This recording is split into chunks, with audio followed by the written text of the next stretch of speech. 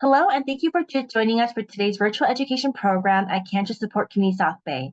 I'm Rebecca, the program manager, and I welcome you to this workshop titled Nutritional Approaches to Sun Protection, Hydration, and Holistic Health.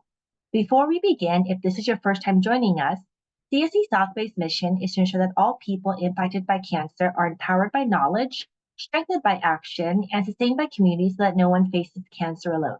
We serve the South Bay, Long Beach, and Orange County area all at no cost. Our program includes support groups, networking groups, healthy lifestyle classes, social activities, and educational programs like this workshop. Educational programs are open to all. If you'd like to hear more about our services or join a community, please visit our website at cscsouthbay.org. Without further ado, I'll introduce our workshop speakers. They come from the Create Cures Foundation, which is a nutrition and longevity clinic based in Santa Monica and provides dietary and lifestyle guidance for support cancer patients throughout the treatment journey. Thank you, Jessica, and thank you, Jessica and Katie, for being here with us today. Thank you so much, Rebecca. We're so happy to be back with the cancer support community. We have offered a few webinars in the past, which you're welcome to view in the cancer support community YouTube as well as our YouTube. But today we're going to be talking about sun protection, hydration, and holistic health, which is really timely as the weather is warming up. And maybe you have never really thought about sun protection being related to nutrition and overall health, but we will break down why it's really important and how you can help to protect yourself this summer and as the weather warms up. As Rebecca mentioned, Katie and I are both dietitians at the Create Cures Foundation Clinic that's based in Santa Monica, California. The clinic was founded by Professor Walter Longo, who's one of the leading researchers in nutrition, longevity, and cancer. And we work to implement his research as well as the research done by his colleagues directly into clinical practice, working one-on-one with patients. I am a registered dietitian, and I'm very interested in functional and integrative health, really considering each patient as a whole system and considering all aspects of health. Hello, I'm also a registered dietitian working at the Create Cures Foundation. I did my master's thesis on plant-based nutrition and cancer, and I worked at Dr. Joel Furman's Health Oasis in Boca Raton, Florida, before working for Dr. Longo, and I have so much experience. I'm very excited to work at such an innovative clinic where we take what the best evidence tells us about how to really help prevent and maybe even reverse chronic diseases with nutrition. So I'm very excited to be here with you all. All right, before we begin, I'd love all of you to locate the chat box at the bottom bar of your screen and think about this question. Could food choices help to protect against skin damage from the sun? Is this something that you've ever thought about or considered? Something that you use to guide your decisions when choosing foods and meals during the summer? Have not considered. No, never thought about it. Yes, never heard of this. Great. Okay, so we've got people coming from all ends of the spectrum, antioxidants, fruits and vegetables. Yes, we'll be talking about that later.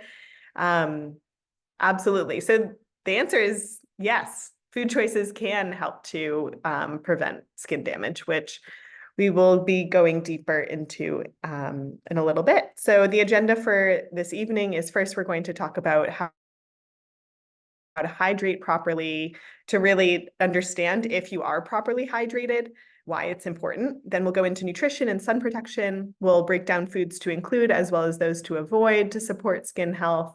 We'll talk about lifestyle tips to consider and how hydration and supporting skin health fits into the overall longevity diet. And then we'll finish with a quiz, and we will leave some time at the end to answer your questions. So please save those questions for the very end. Okay, now to speak about hydrating properly.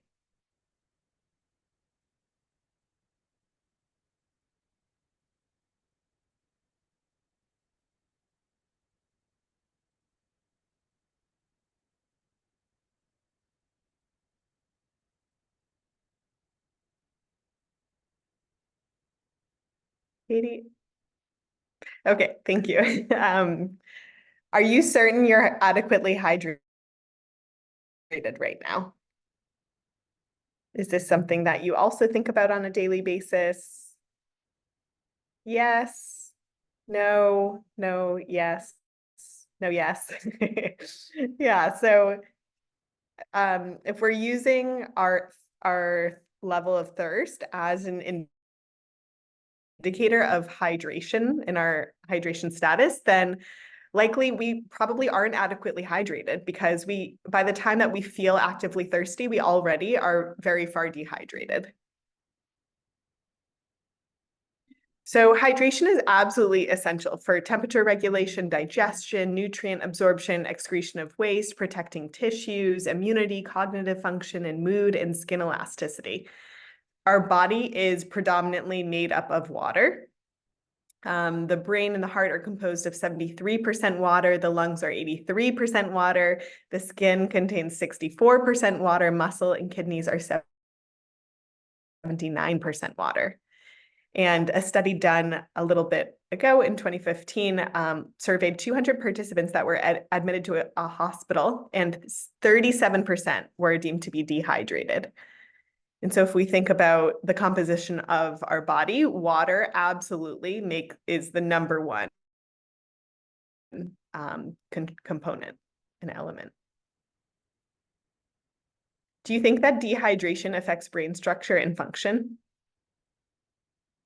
On days when you've been dehydrated, have you noticed if maybe you have a little bit more brain fog, a little less memory? Yes. Dehydration, headaches. Yes, absolutely. Yeah, definitely.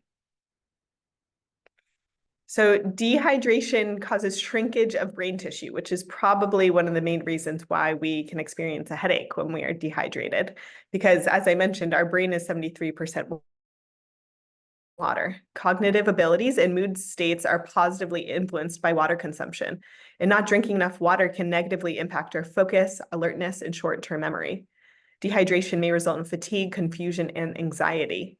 With so many of my patients, when I first start out working with them, I always ask about how much water do you consume on a daily basis. And I have patients that share with me they're drinking maybe 2 cups, 3 cups of water, which absolutely is not enough. And they share that they're struggling with fatigue. They're struggling with brain fog. And just by increasing their water consumption, many patients feel like they could have a completely different energy level, mental state. And we understand why, because the majority of our organs are made up of water, and they can't function optimally without the water. Perhaps you've heard of electrolytes, because electrolytes are extraordinarily important. They are essential minerals, meaning we absolutely cannot survive without them. These aren't just supplements that you can take to boost energy or to help when you're sweating a lot. They are absolutely required by the body because they control the nervous system. They maintain proper pH. They regulate muscle contractions like the heart. So you can imagine why we wouldn't survive without them. And minerals include sodium, potassium, calcium, magnesium, chloride, just to name a few. And some occasions when maybe you might need supplemental electrolytes, or when you need to be even more aware of electrolytes, is maybe when you're receiving treatment, when you're receiving either chemotherapy infusions or immunotherapy infusions. These can definitely be depleting of minerals. Also, when you're experiencing high levels of stress, because stress can be really depleting, especially stress can utilize a lot of magnesium more readily than during normal times. Also, if you're experiencing diarrhea or vomiting and you're losing a lot of body fluid, you need to rehydrate with those electrolytes. Also, sweating, exercising, using a sauna or hot weather. Whenever you're sweating excessively, you need to replete and replenish with those electrolytes. Is unfiltered tap water recommended for cancer patients? What do you think?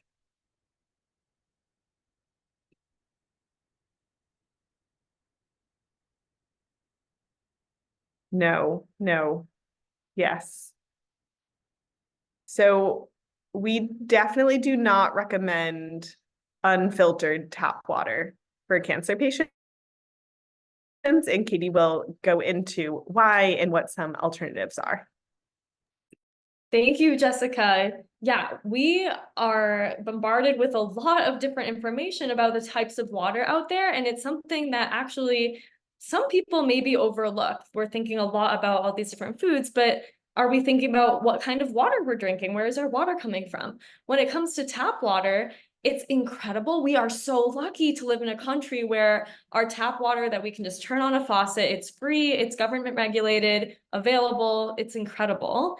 However, it may contain contaminants such as chloride, lead, and even pharmaceuticals. And the taste and odor of tap water can be an issue in some areas. So unfortunately, when it comes to immunosuppressed cancer patients or autoimmune conditions, I will not necessarily recommend drinking tap water. I think it is important to make sure that we're not taking in contaminants that are not going to be helpful when it comes to tap water. So if we're not checking our tap water, maybe if we double check, make sure there's no contaminants, that's fantastic. However, a filter is going to be really helpful. So filters can help reduce the contaminants such as chlorine, lead, and other impurities. It may also improve the taste, which might help you even drink more water. And there's lots of different filtration methods available. There's cheap options and more expensive options out there. Filter replacement, however, is essential. You can't just buy a filter and then use that same filter for the rest of your life. If you're using a dirty, clogged up filter, that's probably doing more harm than good, actually. So it's important to make sure that we're staying on top of replacing those filters, okay? And also, it's going to provide cleaner water, which can be beneficial for those with weakened immune systems, as I said previously. It looks like I have a question in the chat box. Somebody just asked, can we use unfiltered water for cooking? That's a great question. Unfortunately, some of the contaminants do not get cooked off with cooking. So boiling like something like bacteria, Salmonella, E. coli, that could be helpful to kill off certain bacteria.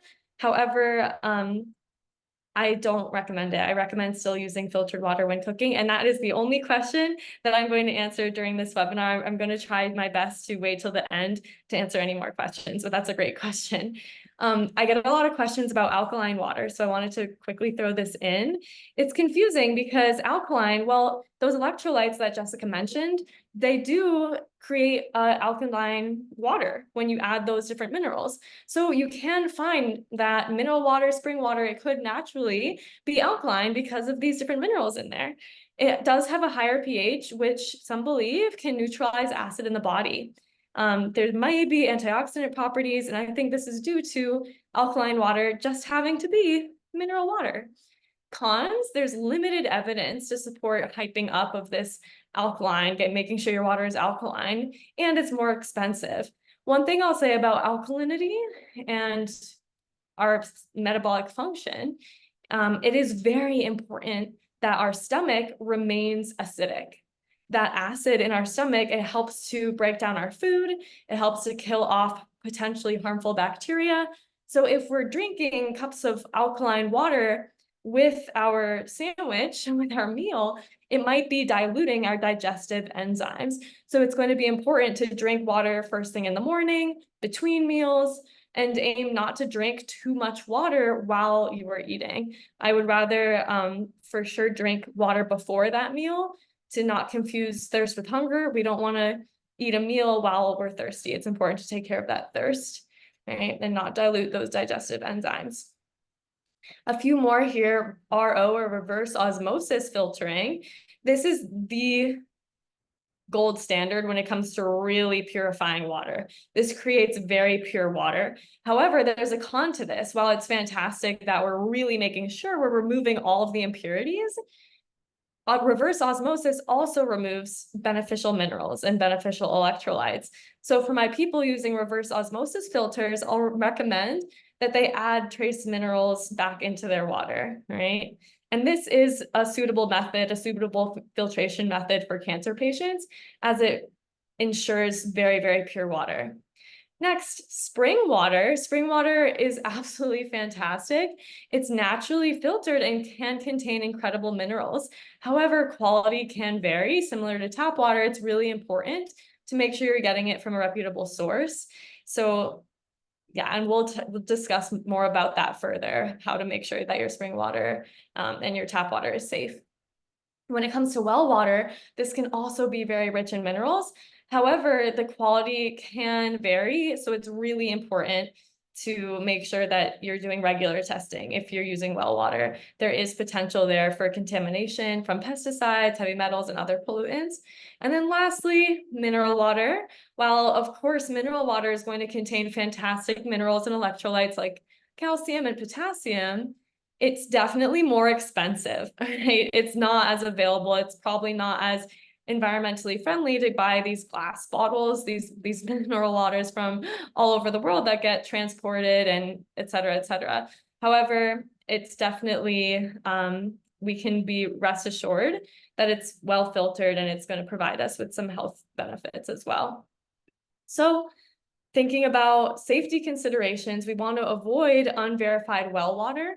This definitely can have some contaminants in it, and untested tap water in areas and spring water. We don't want to just willy-nilly not know whether or not our water is safe to drink, all right? There's potential health risks from contaminants in there. And I get questions about water bottles. Is it okay to have plastic water bottles? If we're reusing those single-use plastic water bottles, there has been research that shows that there's microplastic that could be leached into the water. So it's a good idea to use either stainless steel or glass. Okay, big question here. How much calcium do you think is in a serving of mineral water? If you were to get a glass of Perrier or Topo Chico, there is minerals in there like calcium. And a lot of my cancer patients are very concerned about their bone mineral density, as a lot of treatments from cancer, they might suppress estrogen, putting people at risk for osteopenia. And it's really important we get enough calcium. And one way to do that is from mineral water. I'm curious, anyone have any guesses? Looks like people are stumped. We don't know. I don't know, but Jill Steiner has calcium. Beautiful. Yeah. Any other guesses before we give it away here? Even as a dietitian, a lot of people don't know this. 200 milligrams. All right, let's find out. So how to get in calcium, I'll definitely be recommending, I think it's pronounced Gerolsteiner. Gerolsteiner, I don't know the exact pronunciation, I apologize. 16 ounces has 160 milligrams of calcium, which is fantastic. I do not at all recommend exceeding 1,200 milligrams of calcium for the entire day.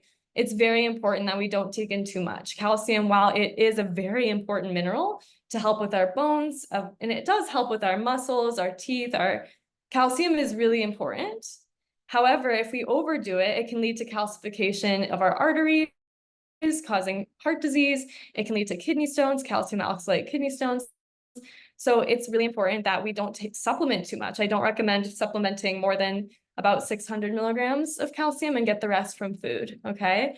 And one great way to really help supplement, sure, drink some mineral water, all right? One little warning here about dairy milk. A lot of people think that they need dairy milk to get in calcium. Unfortunately, because milk is perfectly designed with the lactose sugars, those readily available sugars, as well as proteins like casein and whey to help signal growth in a baby. As grown adults, the last thing we want to do is signal growth and upregulate insulin-like growth factor production. Okay, so that might exacerbate aging, that might exacerbate growth of things like cancer. So I don't recommend drinking milk or dairy products. And instead, as you can see here, it's actually unbelievable. The brand that I looked up was Silk. The Silk unsweetened almond milk is fortified with 450 milligrams of calcium. So that's plenty of calcium. And also a cup of cooked collard greens has almost as much calcium. And I would say it's actually more bioavailable, more readily available and more readily absorbed than a glass of milk from cooked collard greens. You got a lot of other fibers and antioxidants in the collard greens as well. Soy milk, cooked kale. I love tahini, a fantastic lemon tahini dressing, maybe on your collard green or kale salad. Also, almond butter is a great source of calcium, or almonds. Cooked broccoli. So calcium is quite an abundant mineral in the plant kingdom. We don't necessarily need to supplement too much or be consuming milk or dairy products to ensure that our bones are going to be safe. And of course, vitamin D, we want to make sure that we're supplementing with vitamin D and not relying on sun exposure for that, which I'll talk about in a second. Okay, staying hydrated. Yes, before your coffee, first thing in the morning, a lot of people go straight to the coffee. Before you drink that coffee, try to drink at least a half a cup to a cup of water in the morning, really lubricating your system, getting things moving, maybe even some warm tea, something that's really nourishing, really hydrating, so that you're able to properly digest your food and go about the day feeling clear-headed and focused. Adding electrolytes when necessary, and making sure that your urine is not an apple juice dark yellow. We want that urine to be a clear to lemonade shade light yellow, all right? That's the best way to tell. So drinking water first thing and between meals, a couple of cups of water, the best way. Making sure your tap water is safe. So for my people who want to get pregnant, my pregnant ladies, cancer patients, really checking your tap water is going to be a great idea. And there's things that you can do to improve that with different types of filters. And there's lots of different databases. Highly recommend mytapscore.com. And then consider, especially this summer, enjoying healthy mocktails. So getting your hands on some Gerolsteiner or some other mineral water, you can make really, really yummy health promoting mocktails. One of my favorites is this lemon ginger, especially if for any reason, I don't know, ladies on their cycle, if you're experiencing migraines or any digestive upset, ginger is absolutely incredible. So juice of 1 lemon, some fresh ginger, Gerolsteiner, lemon and mint leaves for garnish. Basically with all of these recipes, you can just muddle at the bottom of a glass, muddle that ginger and add the lemon juice, and then pour over with some ice and pour over with some mineral water. This blueberry basil is so delicious as well, muddling the basil and the blueberry together at the bottom of the glass, adding in that ice and some Gerolsteiner, so good. And if you like a little kick, which, hey, getting that circulation going, there's a lot of benefits to a little bit of heat. It actually can rev up your metabolism a little bit with that jalapeno. So good. I also recommend trying a little bit of watermelon at the bottom of your glass and a little bit of lime, some mint. It's so good. Get in that mineral water. Absolutely fantastic. I hope that this is inspiring, because some people really get bored with water, and there's a lot of fun ways to jazz it up. All in all, water recommended. Of course, mineral water, it is expensive, I get it, but it definitely provides essential nutrients and it's safe, it's pure. Findaspring.org, definitely go to that website. There might be a spring near where you live that is safe, that you could fill up a gallon at, or a 5-gallon jug at, and have some nice natural spring water at home. Also, reverse osmosis, I do recommend adding back in some minerals or supplementing, because it for sure will strip away the different minerals as well as the impurities, and just making sure you have some sort of filter at home that you're able to stay on top of replacing that filter. You don't want it to get clogged up and just keep using it. So opening up that chat box after all of that, how are you going to stay hydrated this summer? Any ideas from what we just said? And as far as this question about the spring water, definitely do the Find a Spring. That website will help a lot to find spring water. And is there a difference between mineral water and other carbonated water? I think there must be a difference. I would just look at the label. But yeah, how are you gonna stay hydrated this summer? Is anyone gonna try a mocktail? Is anyone gonna get a water filter? Maybe check out the spring? Are you gonna drink water before your coffee? Between meals? And I highly recommend my patients eat their water. We're not just trying to drink our water. Are we eating nourishing foods? Opting for things like soups, fresh things rather than dried, right? Water before coffee. Is distilled water okay for cooking? Everything you mentioned, water before coffee, soup, fantastic. All right. So sun protection.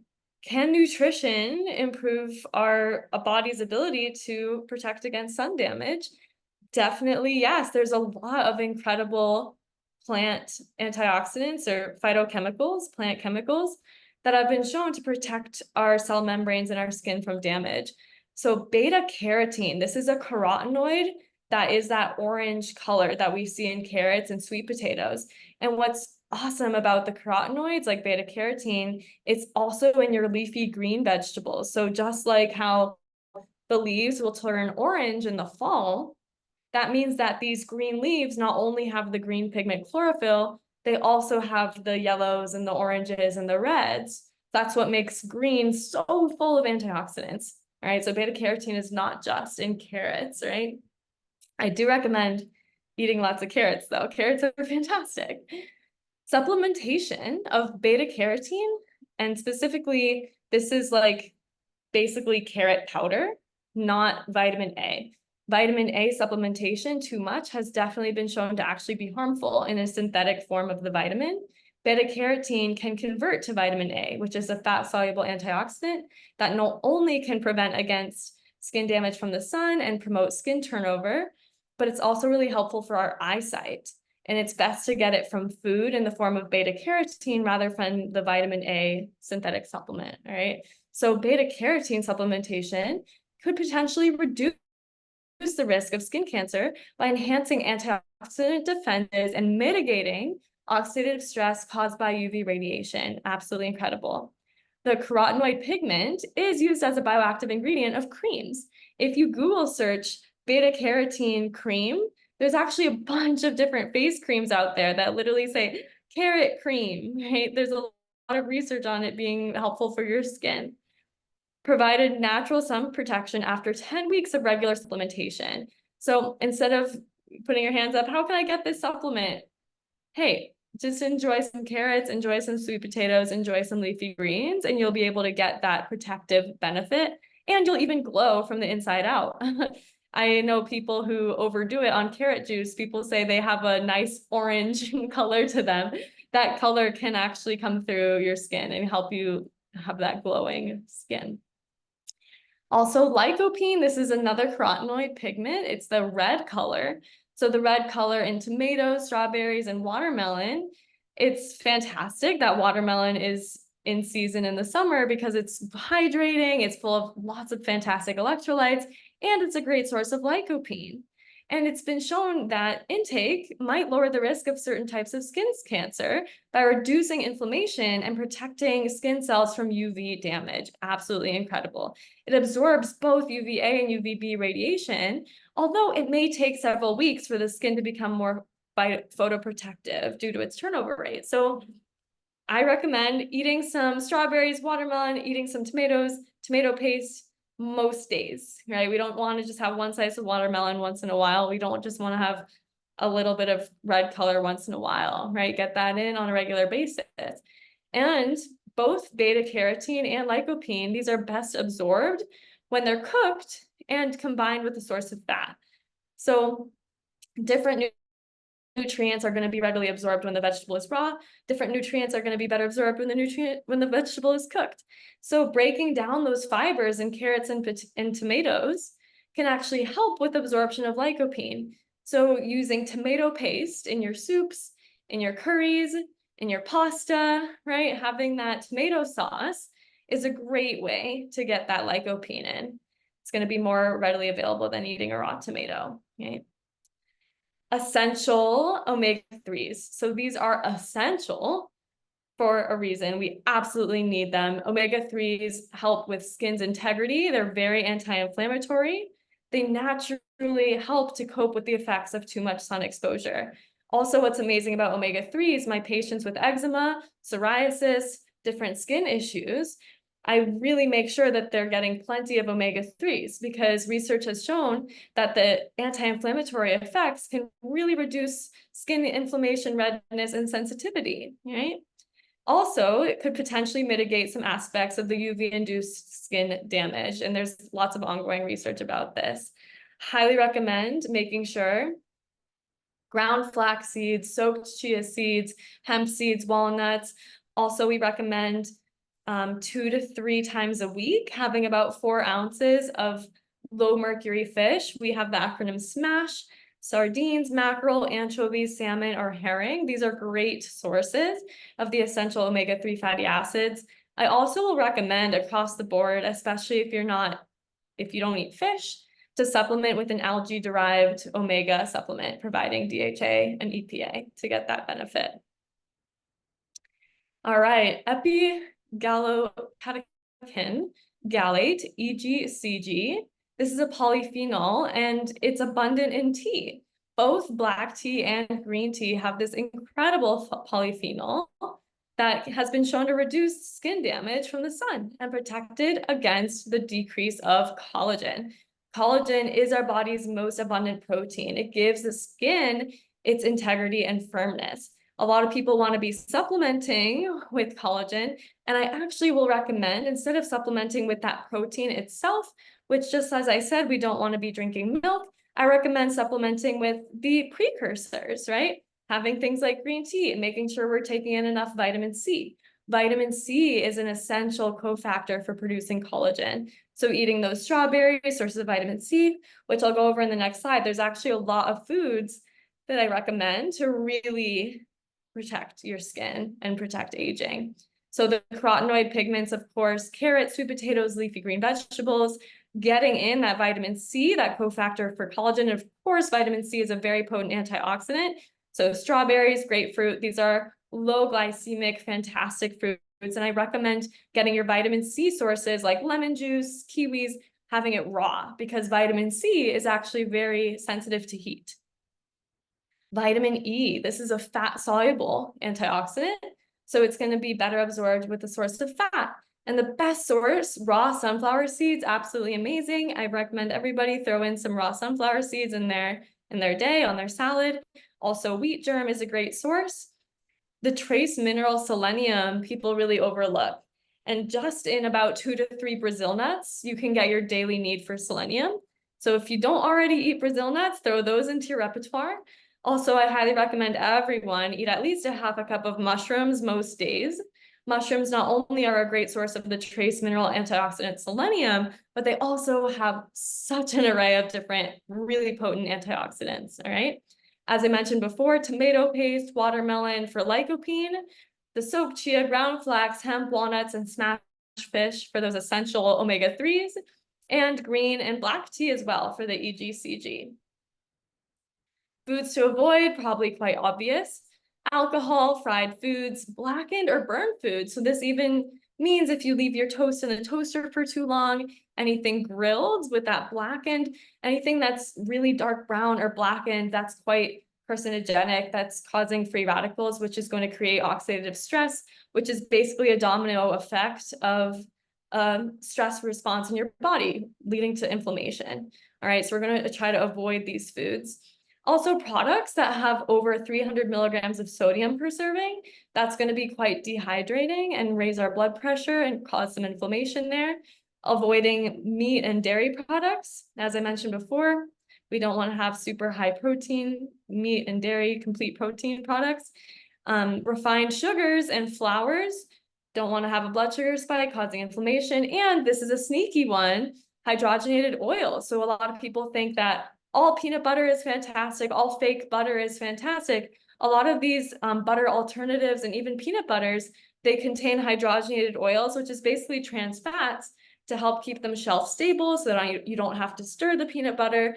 And it's creating quite a pro-inflammatory product that's actually very unhealthy. We want to have to stir our peanut butter. So be on the lookout for hydrogenated oils on that ingredients label. All right, that was a mouthful, huh? Everyone open your chat box. What foods are you excited to be sure to include to protect your skin this summer? Hopefully someone was paying attention and is excited about adding something. I already eat them. Let's go. Watermelon, Brazil nuts. Gotta love watermelon. That's probably one of my favorite fruits. Fantastic. And yeah, Brazil nuts is a good one. A lot of people have never tried a Brazil nut. And I'm pretty sure they sell organic ones at Costco. Any others? Nobody's gonna eat some more carrots? Tomato paste? Chia seeds, flax seeds? Anyone? Fantastic. Have to stay away from Brazil nuts. I have high sodium potassium. All right, I'm gonna turn it over to Jessica to wrap things up and make sure we're all clear on how to incorporate everything we're talking about and your healthy lifestyle. Right? Thank you so much, Katie. That information was so helpful, especially not only the micronutrients, but also the breakdown of the different types of filtered water and the different even types of filters. I know I received so many questions from patients about different types of water and which one's the best. I do want to get to your questions at the end, but I did see an interesting question come up about distilled water. Distilled water actually has about 99% of the minerals taken out of the water, which is what we were talking about with reverse osmosis, how it's one of the best filtration. It really is the best filtration method. It's the only one that can filter out heavy metals. But unfortunately, it strips the water of the beneficial minerals, which, as I mentioned at the very beginning, when I'm talking about minerals, I'm talking about these essential electrolytes. And yes, absolutely, we can get electrolytes and minerals from salt, from our food. There's an abundance of minerals in fruits and vegetables. So we definitely can get them there. But water is typically one of the main sources of these minerals for most people. And so if the minerals are stripped from our water, then we're really missing out on a lot and we could become deficient in them, and that could be potentially dangerous. So just be careful with distilled water. Absolutely, you want to add minerals back in, because also you need I didn't mention earlier, but you need minerals to actually soak up the water and maintain that hydration in your cells. All right, so now to get back to our presentation. So in addition to everything that we talked about in terms of the specific foods that we want to focus on, as well as making sure that we're hydrating with safe and mineral dense water, we want to also consider a few other additional aspects of holistic health.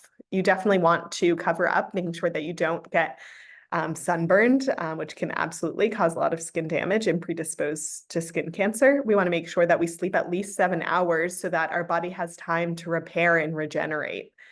We also want to wear sunscreen, ideally sunscreen that doesn't contain aluminum. You would be surprised how many actually do contain aluminum. I do recommend going to the EWG, the Environmental Working Group's Skin Deep database. You can see at the bottom of the screen here for non-toxic sunscreen options.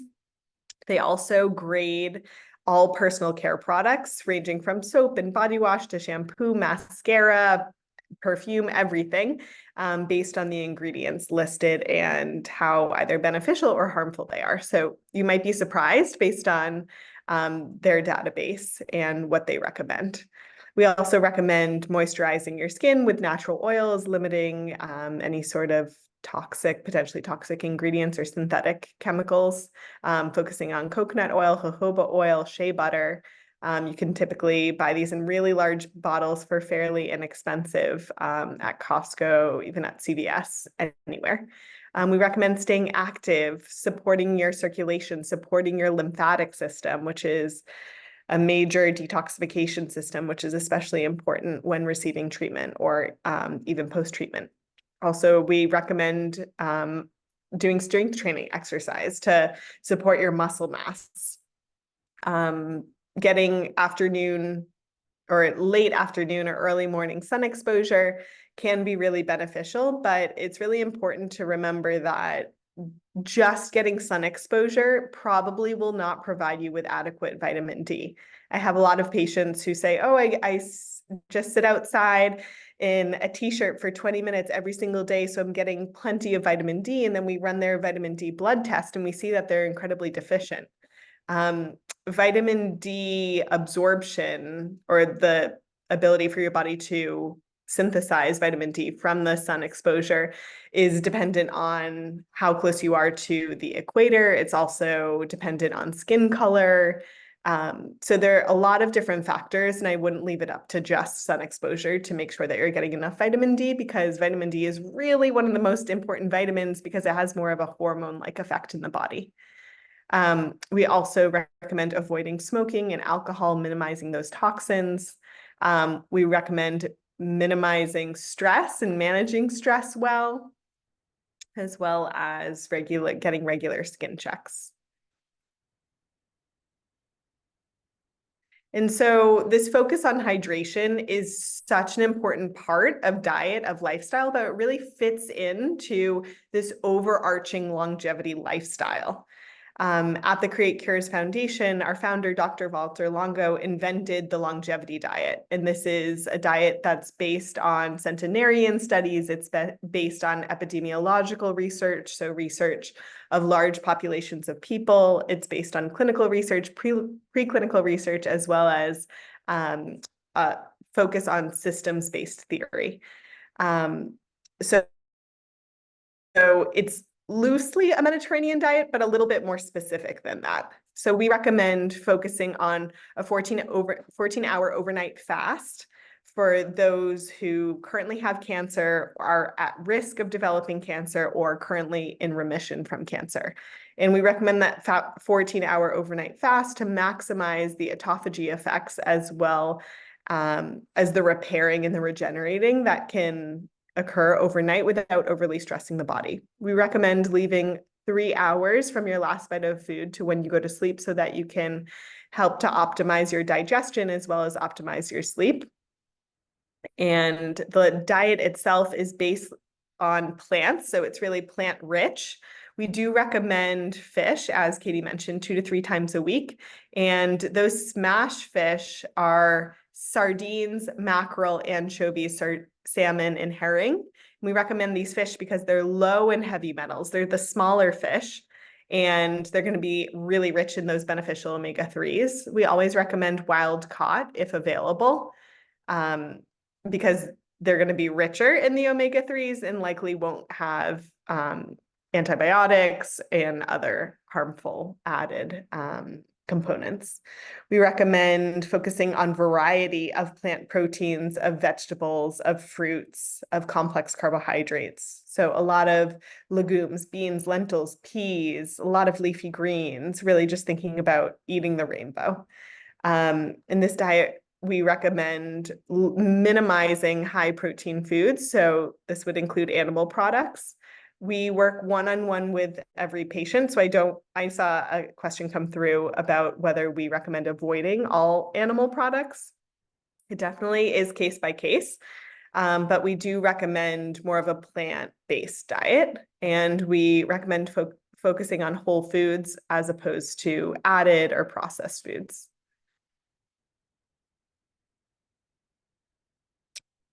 Ashley, I see your question about 14-hour overnight fast, and I will get to it. We're just going to finish with a quiz, and then we're going to get to the Q&A. So many good questions have come through, and I'm really excited to answer them. But first, I'm going to ask you to see if you've been really engaged during this presentation and webinar. Why do you think hydration is important?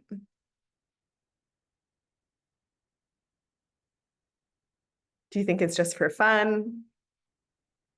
It's just on days when we're sweating a lot, it helps every organ in the body. Exactly. Yeah, we truly cannot function without water. Keeps you alive. Yes. Precisely.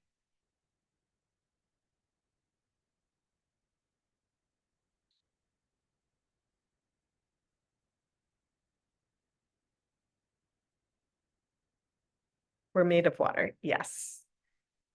All right, Katie, I think we're ready for question 2.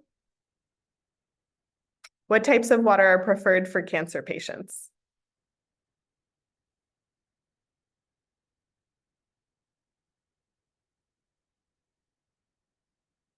Well filtered. Yes, filtered water. Exactly. Yeah, filtered. So if you are choosing a filter, I recommend going to the website, and many I think actually all filter companies probably provide a report of their water quality. So I would take a look at that water quality report, take a look at the heavy metals, especially in California. Unfortunately, our tap water is very rich in heavy metals from the agricultural runoff. So that's definitely something we want to pay attention to, and especially if you have cancer or are in remission from cancer. What foods may prevent sun damage to the skin?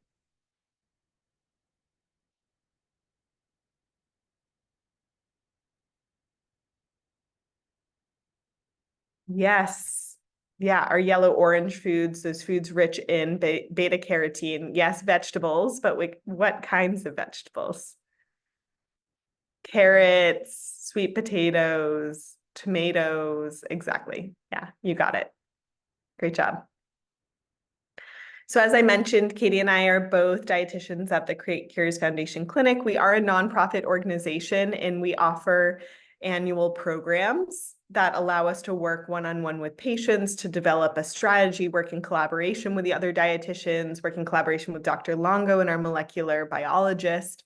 And we also offer a sliding scale fee for those who qualify based on income. So definitely don't hesitate to reach out. I'll include our contact information on the next slide if you're interested, because we want to work with people from all backgrounds, and we want to make our services as accessible as possible. If you're interested in working with us or another one of our wonderful dietitians at the clinic, you're welcome to email clinic@createcures.org, or you can go to our website, which is listed there. We also have a YouTube library of previously recorded webinars, and that's the website there.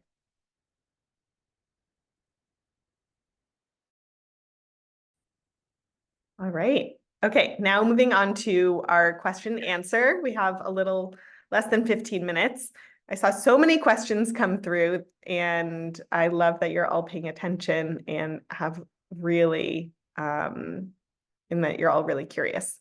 Okay, so I'm going to answer the question, is a 14-hour fast good for women? I've heard other nutritionists recommend women eat breakfast to help with hormone balance. Such a good question, and so important, because female bodies respond very differently to fasting because of our hormone fluctuations. A 14-hour overnight fast is absolutely safe for women. I would not recommend avoiding breakfast, though. So if there's any way that maybe you could have dinner at 6 p.m. and then breakfast at 8 a.m., that's a 14-hour overnight fast. And then you're getting your dinner in. Hopefully you're getting 3 hours between your last bite of food and when you go to sleep, and then you're having breakfast in the morning. There have been major meta-analysis studies that have shown that breakfast skippers actually have an increased risk of cardiovascular disease and increased risk of mortality. So we absolutely do not recommend skipping breakfast. And especially for women, the hormone progesterone is really sensitive to excessive fasting, because excessive fasting is really it's translated to stress in the body, and progesterone doesn't like stress. So if you're extending your fast beyond 14 hours regularly, then you might have inconsistent cycles, and it could lead to disruption of hormones. 100%. That is such a great question. And actually, I might even go as far as to recommend, if you are active, if you are eating a very healthy, plant-based balanced diet, that after you ovulate, as temperature increases as a woman, it might be okay to lengthen that time of eating to about 12 hours and make sure that your progesterone, like you're balancing your hormones there, because your progesterone is going to go up after you ovulate. So that was fantastic that Jessica mentioned that.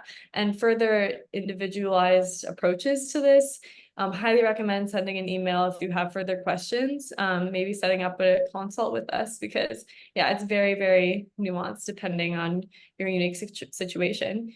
I love this question. What is the source of calcium in almond milk? Is it safe?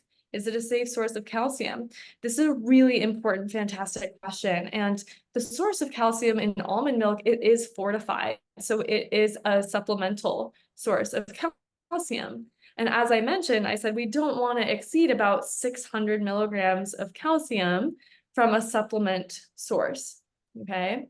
So if you're getting in your calcium supplement, about 600 milligrams, and then you're taking in another calcium supplement from almond milk, and then maybe you're taking in a healthy, balanced plant-based diet, maybe with some collard greens, some tahini, some almond butter, you might be going overboard with calcium there. So it's something that, as what we do with our patients, is we do a nutrient analysis account where we make for dang sure that you're not overdoing it or underdoing it too much on average with these different essential nutrients. So if you're concerned about that, might be something to look into. But great question. It's going to be a good idea to not just overdo it with all the almond milk, thinking that you're doing yourself a favor. It's actually a lot better to aim to get your calcium from broccoli, spread it out throughout the day, and then have a little bit less from the supplement sources. We don't want to overdo it with supplements of calcium. I hope that makes sense.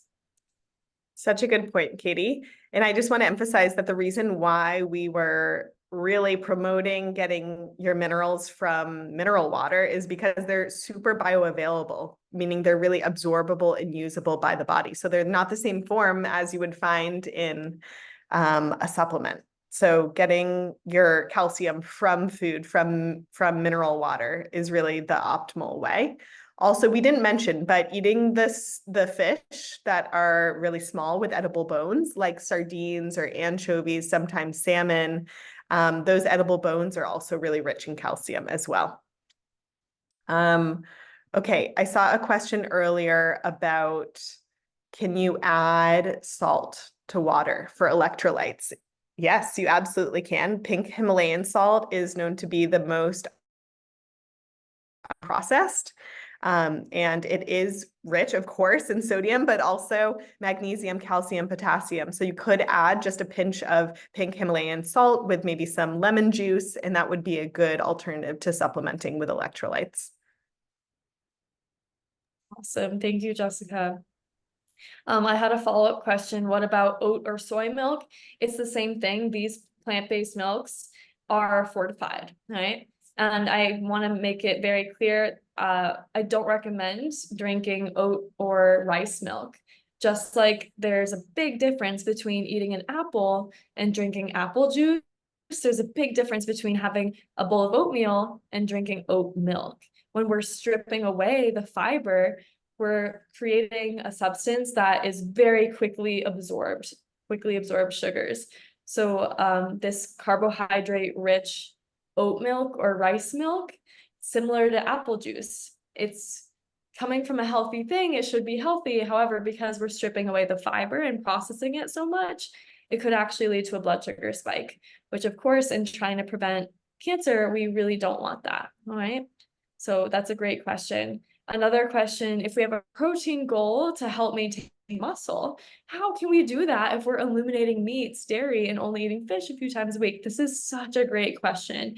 And I totally understand that. Like, oh my gosh, how am I supposed to hit this protein goal? It's absolutely mind-blowing, especially for my male meathead patients who are really determined to gain some muscle, how quickly they hit and even exceed their protein goal with peas, tofu, hemp seeds, sunflower seeds, chia seeds, what else? Lentils, these things, and even quinoa, rice. You'd be surprised how much protein is actually in these plant-based sources. And because these plant-based sources of protein are also combined with different colors, like these lycopenes and beta carotene and these different antioxidants and fibers, like there's lots of different colors and phytonutrients included in all these plant foods and beans. So not only is it anti-inflammatory that way, also improving digestion, but because they're incomplete proteins, they're going to be able to for sure maintain and help build muscle without causing too much of a growth factor spike that could potentially exacerbate risk for cancer growth. So while bodybuilders, they want that growth factor to spike, right? They're saying, oh my gosh, I'm trying to gain this muscle. Let's get those eggs in. Let's get those protein supplements in. This is a very, very opposite goal of reversing cancer when we're trying to downregulate growth. So it depends what your goals are, and each individual is so unique. So at the Create Cures Foundation, we do track very closely our patients' skeletal muscle mass, especially if they're doing fasting regimens working with us. We don't want to see people losing their muscle mass. So we're going to be tracking that and maybe recommending being more liberal with animal products if they're having trouble maintaining the muscle that way. Also, we track insulin-like growth factor via blood work. You can get your blood tested for these growth factors. And if they're above 160, we're going to say, hey, maybe we're going to want to decrease the protein intake. However, if your IGF-1, if your growth factor is below 120, we might say, yeah, throw in a couple of eggs in your repertoire, right? It might be helpful to help bring that growth factor to a healthy level, because we don't want it too low either, right? So this is a very individualized question that we might answer differently depending on your situation. And I hope that helped. I hope that made sense. Yeah, it's a very personalized conversation, depending on what each patient needs.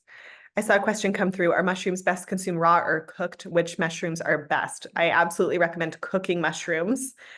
There have been some studies to show that raw mushrooms actually can be potentially carcinogenic. So it's important to cook mushrooms. And there are many studies to show how beneficial mushrooms can be in helping to prevent cancer growth. I know white button mushrooms, for example, have been shown to be really effective for prostate cancer.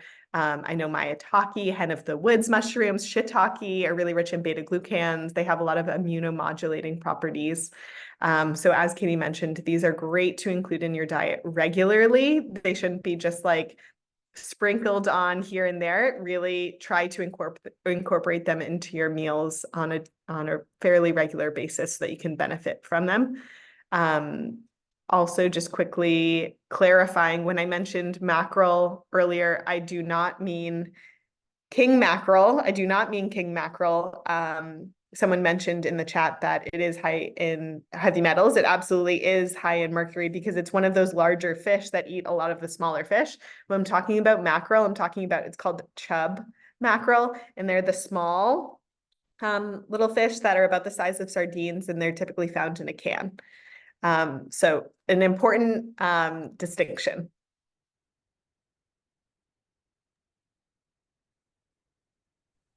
Thank you so much, Jessica and Katie. It's about 1 minute left. If there's one more question you'd like to answer before we close out this workshop.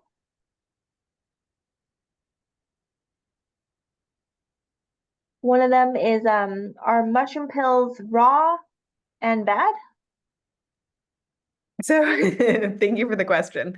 So typically the mushroom, if you're taking a mushroom capsule, it's going to be the beneficial components extracted. So the mushrooms are going to be prepared in a way where the beneficial component is bioavailable, your body's able to absorb.